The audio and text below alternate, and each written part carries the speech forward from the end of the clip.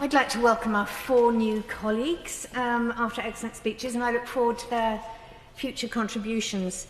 Now, obviously, I agree with everything that my noble friend, Lady Bennett Manicastle, said earlier.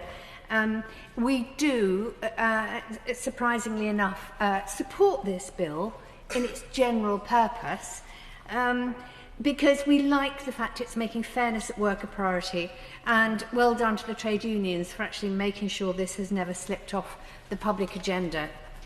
Because at the moment we've got a divided and very unequal society, and this bill does help restore a bit of balance in the workspace.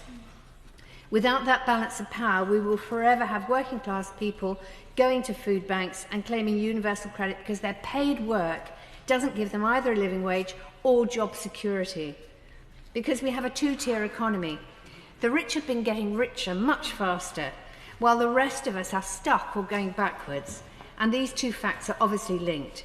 Last year, the collective wealth of the UK's small band of billionaires increased by about 35 million a day. And meanwhile, according to the IFS, the past 15 years have been the worst for income growth in generations. Like many, I was appalled by the Spring statement. It means that the situation I've just described will get much worse. However, we will support the changes that Labour are putting forward, but it is nowhere near enough to really change things and make the majority of people better off.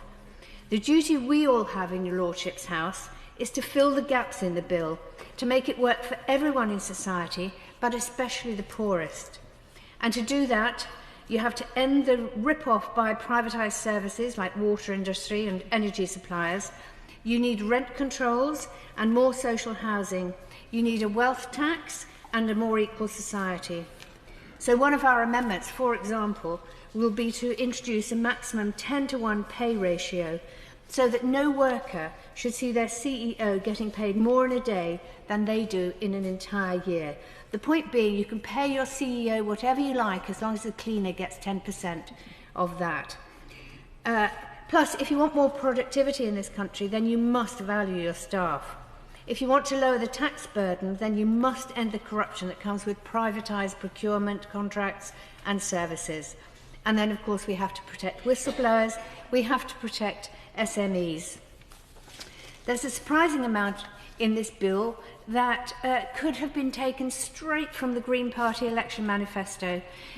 Loads of very common sense ideas. I want to congratulate the Labour Party for perhaps casting an eye over what we've said. For example, a fair deal for those working in adult social care, enhanced rights from day one, quality auditing and sick pay. This employment rights bill could turn the tide on the undermining of employment rights that's taken place since the 1980s. It's time to recognise that stronger collective bargaining rights and better working conditions can be good for both workers and for businesses.